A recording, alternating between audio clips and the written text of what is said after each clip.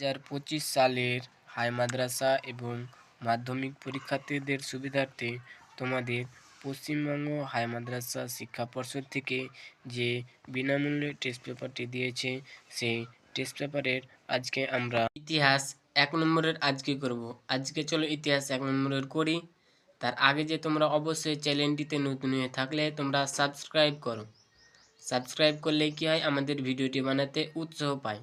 তোমাদের সমস্ত রকম সমস্যা সেটের ভিডিওটি আনবো, তোমরা জাস্ট একটু ধৈর্য রাখো। তাহলে আজকে চলো প্রশ্নপত্রটি সমাধান করেছে মানিকচক এনবি হাই মাদ্রাসার সম্মানীয় শিক্ষিকা আসমিন রেজা।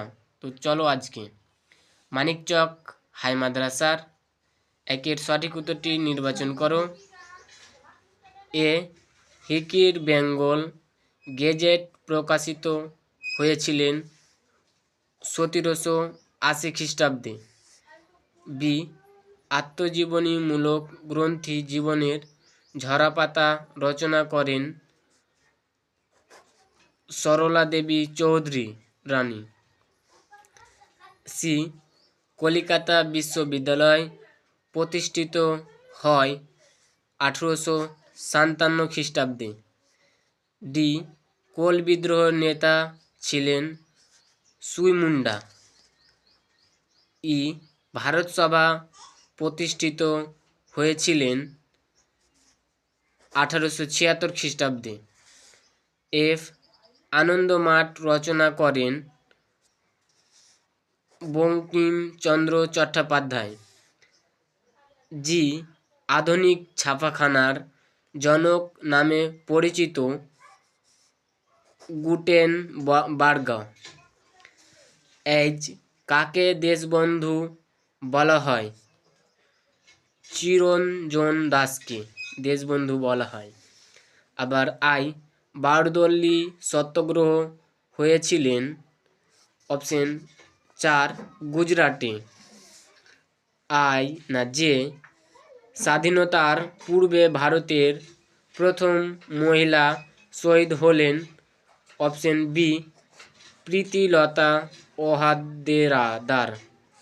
আবার কে মহারাষ্ট্রের সমাজ বিপ্লবের পিতা হলেন অপশন নম্বর 1 জ্যোতিরা ফুল।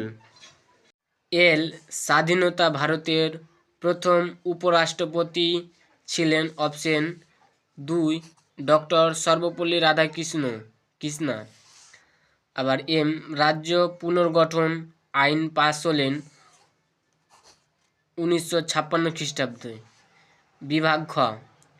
তার আগে বলে দিই, তোমরা অবশ্যই চ্যানেলটিতে নতুন হয়ে থাকলে তোমরা সাবস্ক্রাইব করো আর তোমাদের বেশি বেশি বন্ধুদেরকে শেয়ার করো। 2 এ একটি সম্পূর্ণ বাক্যর উত্তর দাও। 1 সরকারি নথিপত্র কোথায় সংরক্ষণ করা হয়? মহাফেজ খানা। 2 কাঙাল হরিনাথের প্রকৃতি নাম কি ছিল? হরিনাথ মজুমদার। আবার 3 দামিন ই কোহ বলতে কি বোঝো? পাহাড়ের প্রান্ত দেশে। 4 কত খ্রিস্টাব্দে বঙ্গভঙ্গ রদ করা হয়েছিল? 1911 সালে। আবার বি সত্য বা মিথ্যা নির্ণয় করো। একের ভারতের প্রথম সংবাদপত্র ছিলেন সমাচার দর্পণ, মিথ্যা। 2 1817 সালে হিন্দু কলেজ প্রতিষ্ঠিত হয়, সত্য। 3 আচার্য প্রফুল্লচন্দ্র রায় বেঙ্গল কেমিক্যাল প্রতিষ্ঠা করেন, সত্য। উপবিভাগ খ সি ক স্তম্ভের সঙ্গে খ স্তম্ভ মেলাও। ক একের দীনবন্ধু মিত্র। ডি নীলদর্পণ। 2 রঞ্জিত গুহা নিম্নবর্গের ইতিহাস চর্চা। 3 ডক্টর কে হেমলতা ভারতের শ্রমিক সংগঠন। আবার ডি প্রদত্ত ভারতবর্ষের এই লেখাচিত্রটি তোমাদের। আবার ই এ বিবৃতি David Hare school book society প্রতিষ্ঠা করেন। অপশন 2 ব্যাখ্যা। 2 ডেভিড হেয়ার বিদ্যালয়গুলিতে পাঠ্যপুস্তকের চাহিদা মেটাতে চেয়েছিলেন। এই বিবৃতি ওয়াহাবি আন্দোলন ছিল একটি গুরুত্বপূর্ণ আন্দোলন। অপশন 3 নম্বর, যদিও প্রাথমিকভাবে শুরু হয়েছিল ইসলামী ধর্মীয় সংস্কার আন্দোলনের হিসাবে, কিন্তু ক্রমান্বয়ে তার রূপ নেই সাম্রাজ্যবাদ বিরোধী আন্দোলন হিসাবে। সি বিবৃতি, নেহেরু লিকায়ত চুক্তি স্বাক্ষরিত হয়েছিলেন। ব্যাখ্যা অপশন 1, উদ্বাস্তুদের আগমন নিয়ন্ত্রণ করার প্রয়োজনীয়তা থেকে। তোমরা 2 নম্বরের প্রশ্নগুলি দেখে নাও।